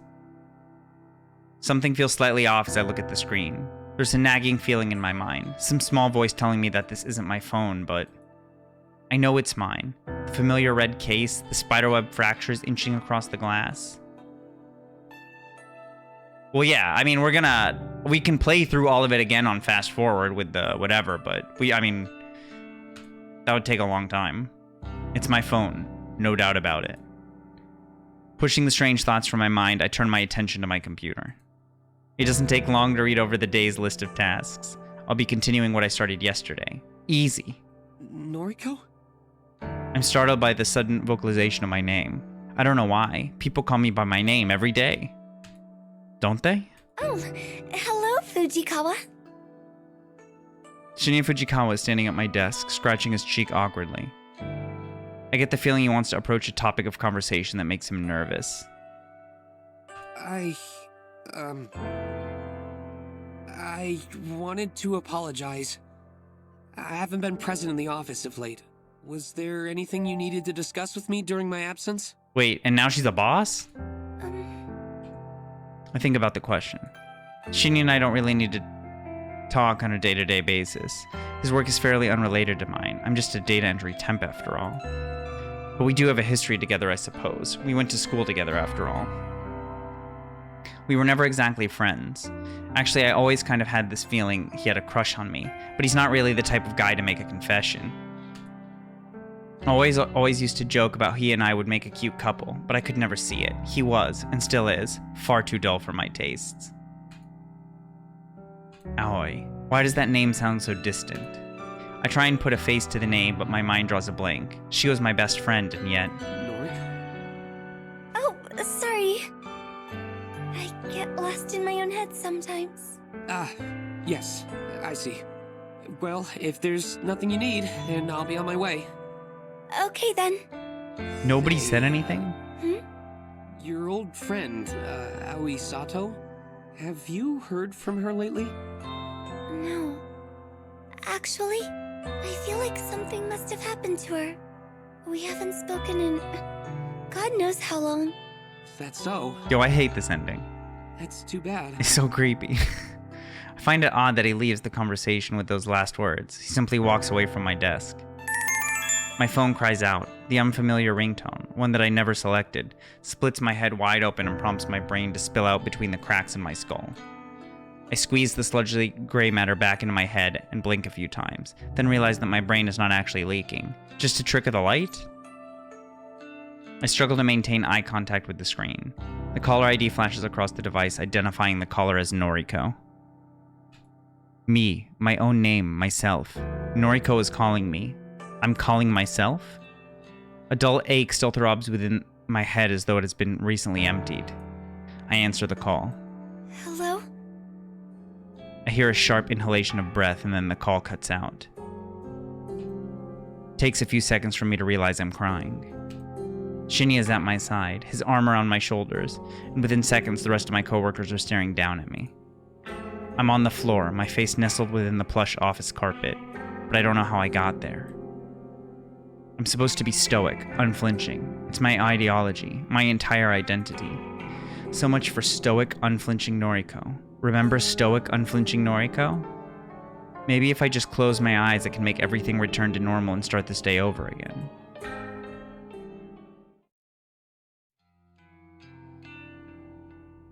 The stairs upward feel particularly difficult to climb today.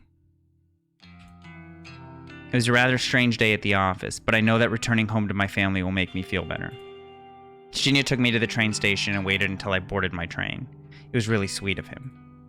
I don't fully recall the things he said to me. He might have mentioned something about not needing to return to the office anymore.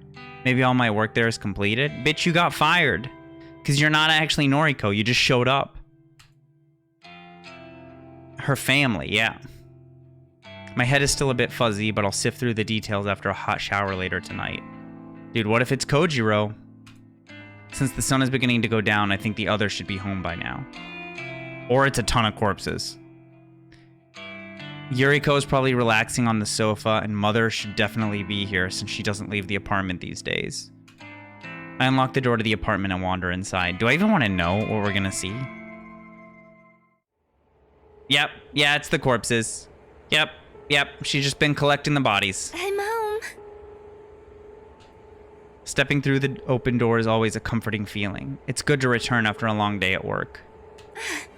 Here you are. Good evening, big sis. Good evening, Mom.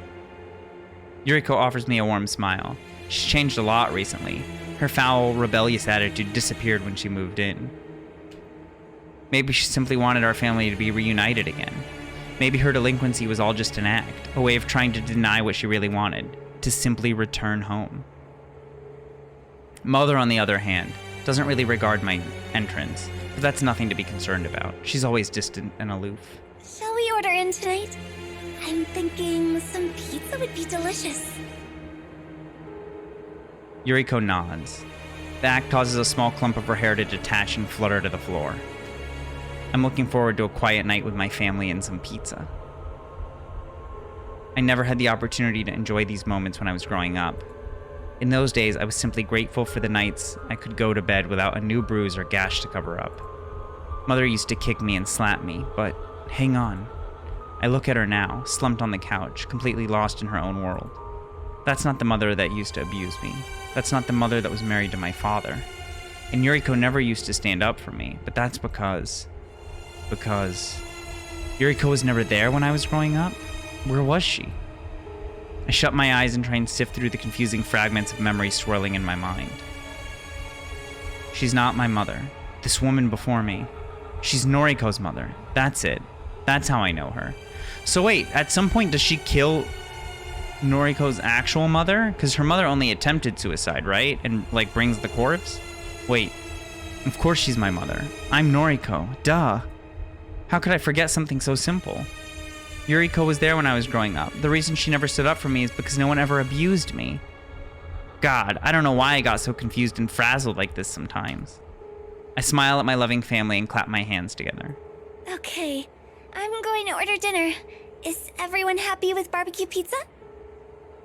Kind of spitting on the barbecue pizza, I'm not gonna lie. It's good shit.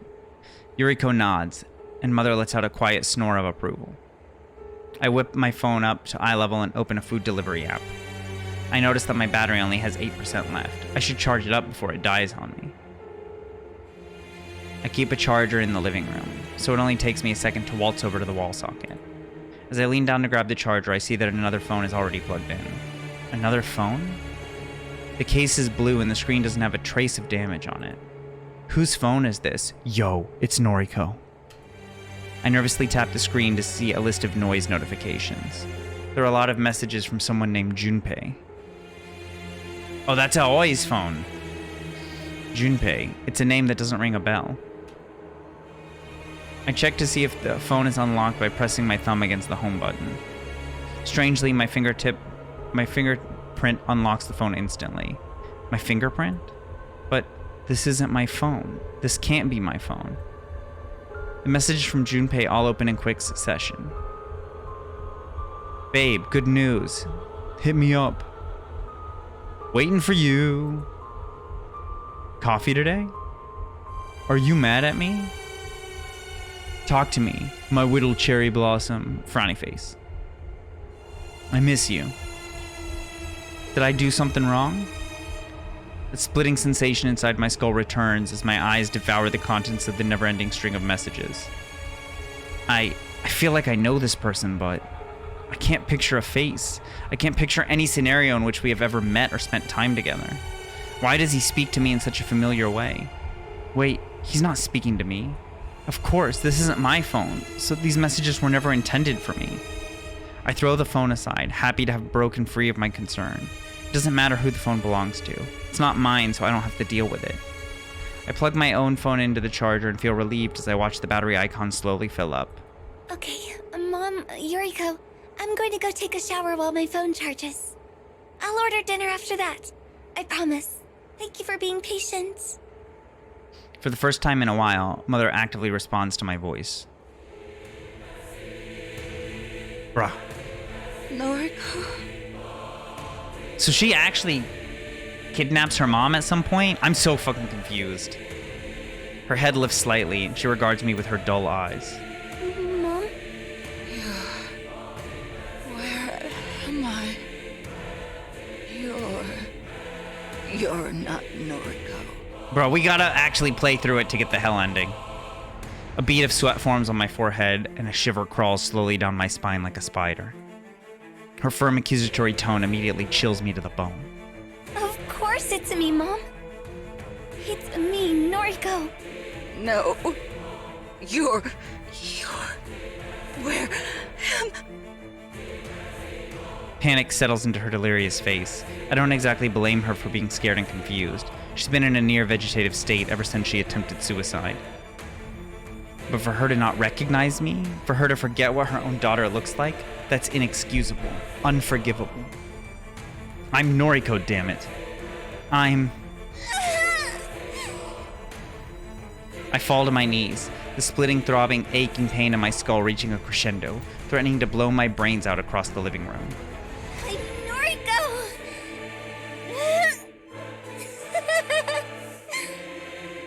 Noriko Kurosawa! Look at me, Mom! Look at me! Mother's eyes widen, she looks like she's going to vomit. She turns to see Yuriko white and ghastly in the seat next to her, and a tear forms in her eye. What have you done? What is this? Just shut up! Just shut up and be a part of my perfect family! Look at us! All three of us! We're the Kurosawa family, and we're finally back together! We're happy, right? We're happy! Still on my knees, I slowly lower my head to the ground and let it rest on the soft carpet. I barely register the sound of the door behind me opening slowly. It's Noriko. After the creaking hinges come to a rest, a strong voice floods my ears. Yo, Harold. No, it's Kojiro! You're Noriko no longer. Got work for you. The source of the voice wanders toward me and towers above my face-down form. He said I'm no longer Noriko. Can my identity just slip away so easily? Can it vanish into thin air like it was never truly a part of me? No. I will always be. I am Noriko! I leap to my feet and launch myself at the man who dared to enter my apartment and tell me that I'm not truly who I want to be. I barely catch a glimpse of his face before he pummels me in the nose with a broad fist. I'm on the floor again in an instant, the dizzying lights above me spinning into my blurred vision. Get up. Get your things. We're cleaning up after Corpse Girl's mess. Bro. So that's the hell ending.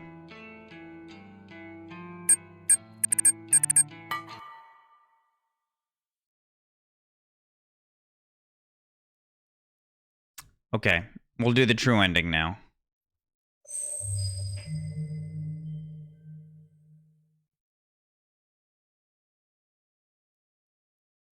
Three months later.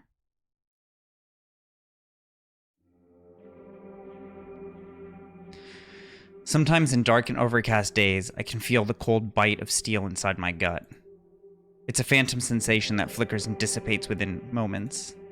My doctor says it's nothing to be concerned about, but that doesn't prevent me from pulling my clothes aside to examine the skin underneath. The sight of the scar does little to comfort me.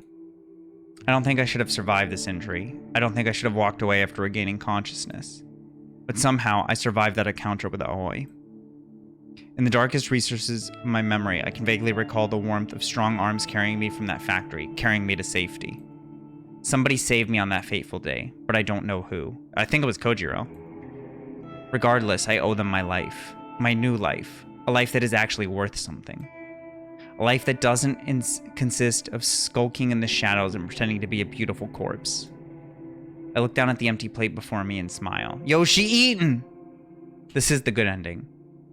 I'm still not accustomed to the sight of a finished meal, but I'm slowly learning to love it. My stomach feels full. Truly full. Not just full enough like I used to force myself to believe. I put on 4 pounds recently. 4 good, healthy pounds. My cheeks glow with vitality and my skin is no longer the sickly color of ghastly flesh. The waiters at this restaurant are probably getting sick of seeing me here every other day, but I don't mind. I eat well here and I've learned to cook at home, too. Tomoe, of all people, taught me how to prepare dinner. I never expected to study the culinary arts under someone like her. But she's a knack for bringing out the flavor of food.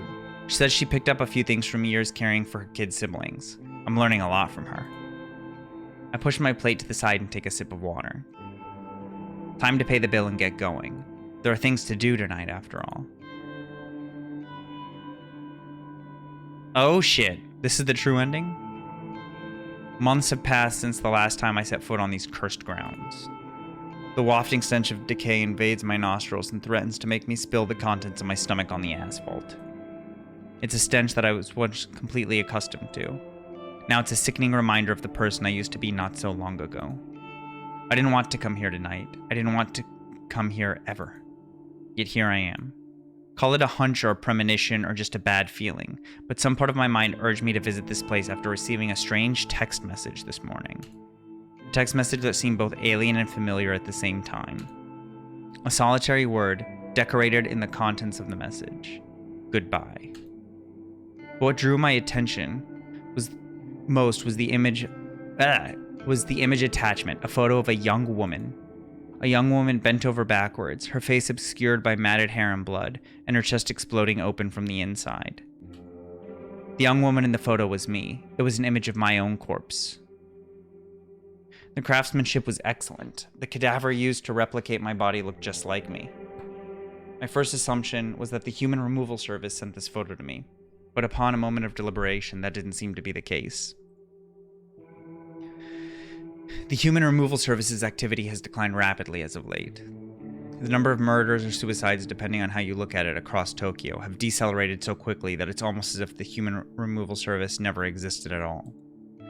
Besides, that organization had a particular trademark when sending out doctored corpse photos. They would include instructions with the message. Instructions for the victims to follow, usually involving the murder of another victim. The message I received simply said goodbye. My corpse photo feels personal. It's typical of the work I used to perform. It's almost as if somebody took over the identity of Corpse Girl, the role that I once filled. That's crazy, isn't it? I take a deep breath and stride toward the factory's entrance. I almost choke as I breathe in the thick air. The stench of death hangs like smoke inside the factory. This place looks just like it did when I was here last. Notable exceptions are the fresh cadavers displayed here, and there upon the warehouse rack. Oh, okay, there are fresh ones. Somebody is living here. Somebody is continuing Corpse Girl's work. And somebody thought it would be wise to target me as a victim.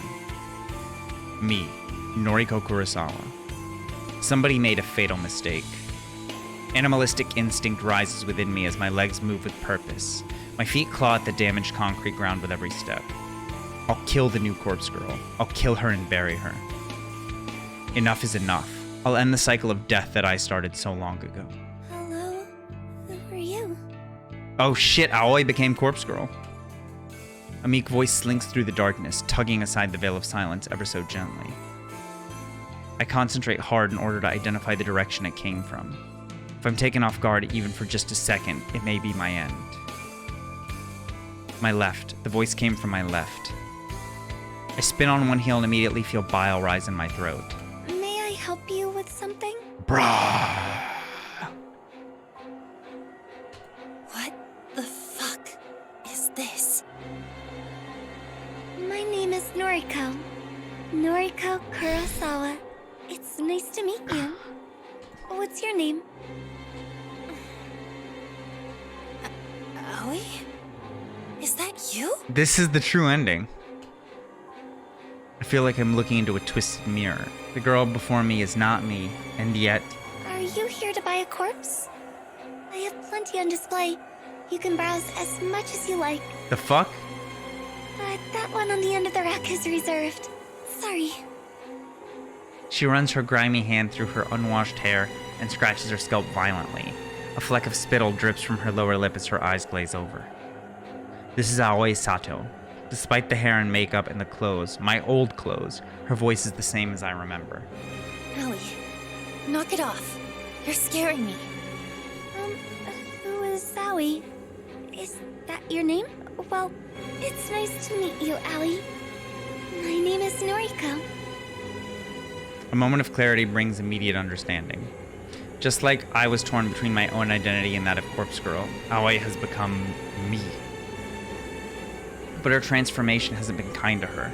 Any recognition of her previous self has vanished. She doesn't even know her real name. After everything I've been through, I should be more forgiving to someone struggling with their identity. I should be understanding and sympathetic. Aoi, Noriko, gasps for air as my fingers clench her throat. I ram my knee into her stomach and smash her into the warehouse racking, causing several stiff cadavers to crash to the ground around us. Stop! Aoi has lost herself. She has discarded all remnants of who she once was. I'm fine with that. I can almost relate to it. But I am Noriko Kurosawa. I have reclaimed my true self, and I won't let her become me. I am Noriko Kurosawa. And this bitch that stabbed me and left me for dead, will not take my life away from me. Die! Die! I press Aoi against the steel racks and feel something within her frail body either bend or break. Her dull, tired eyes begin to droop, and the hands scratching at my wrist suddenly give up the fight. I realize I'm panting heavily as I clutch her neck. Her own ragged breathing synchronizes with mine, and it's almost as though we're one person. No, she is not me. You are not me! Why? How's the true ending more fucked up? I scream and feel my fingernails puncture her skin. My fingers pierce her neck and drill into her flesh, stopping only when they clasp tightly around her spinal column. Okay. With all the strength that I can pull from within me, I twist my arm and throw Aoi to the blood-spattered concrete. She hits the ground unceremoniously, her lightweight body barely making a sound as her vacant dead eyes stare up at the cracked ceiling.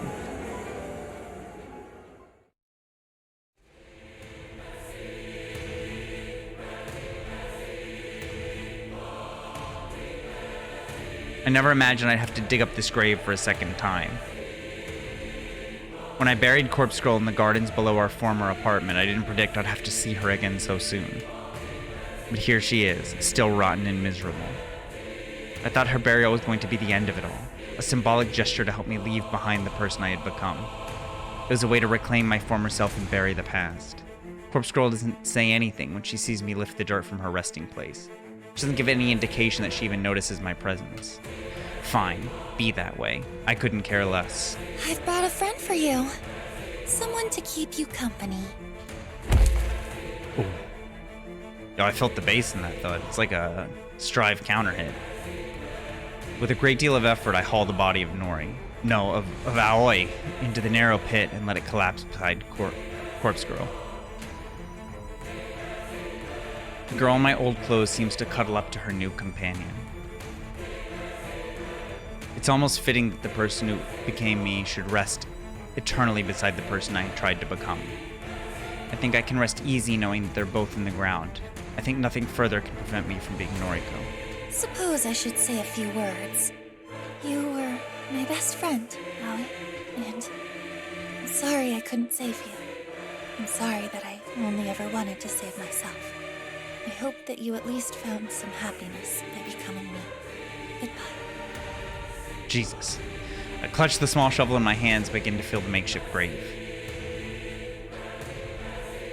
Dirt and rocks pile into the pit slowly. I mistake the faint howl of the wind as a final moan from the girl I once knew as Aoi.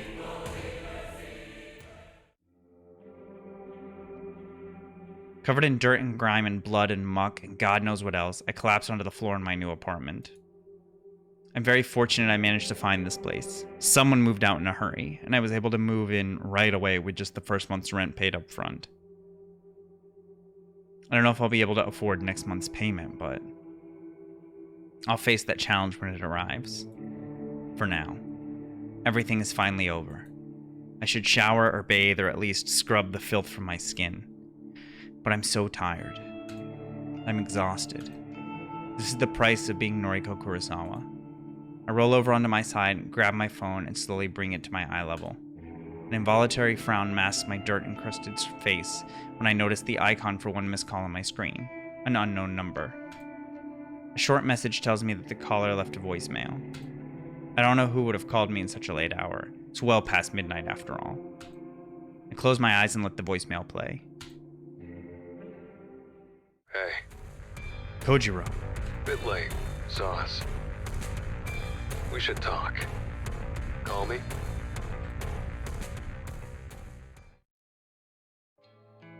That's the true ending?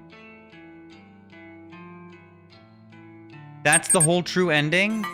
I guess what happens is because you get the ending, right?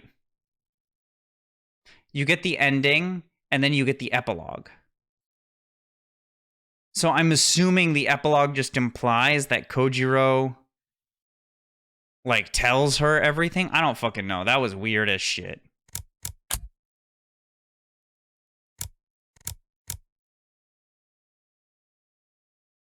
I don't want any of them. How do I go back?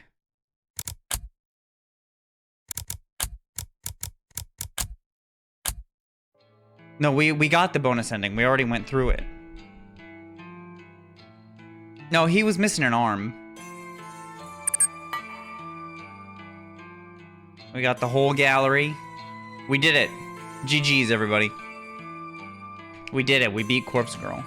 Or Corpse Factory. What is Crow Factory? Kaka. Noriko Kurosawa. What the flying fuck? I've always liked the shape of my wings. Ka. I can be critical about other parts of my body, but I never complain about my wings. Ka. With or without feathers, I think they look great. Kaka. Mother used to tell me I inherited her wings, and my big sister inherited father's wings. To be honest, I don't see any of father's feathers in myself or my sister Ka, but I do agree my wings are exact replicas of mother's. Yeah, you know what? Later. This is for a later day. I'm done. I'm done. I'm not gonna sully it at this point. I just thought that was funny. GG's. That was fun. We got Guilty Gear later tonight. I'm gonna take a break. We got through the whole visual novel though. I gotta get it all on YouTube. If you guys have any other games that you want me to play, I'd be down to play it. I know somebody suggested something to me. Let me actually pull the name.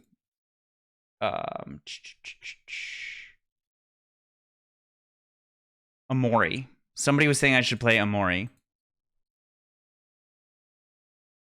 I gotta play the 999 series. I would play that.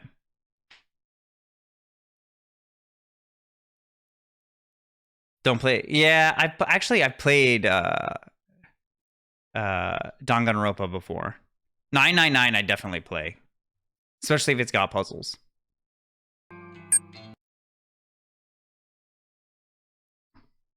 But I'm gonna take a couple hours before whatchamacallit, before Plus R today. I'm gonna send everybody to Trip. He's translating the rest of that Clear Lamp stream for Climax.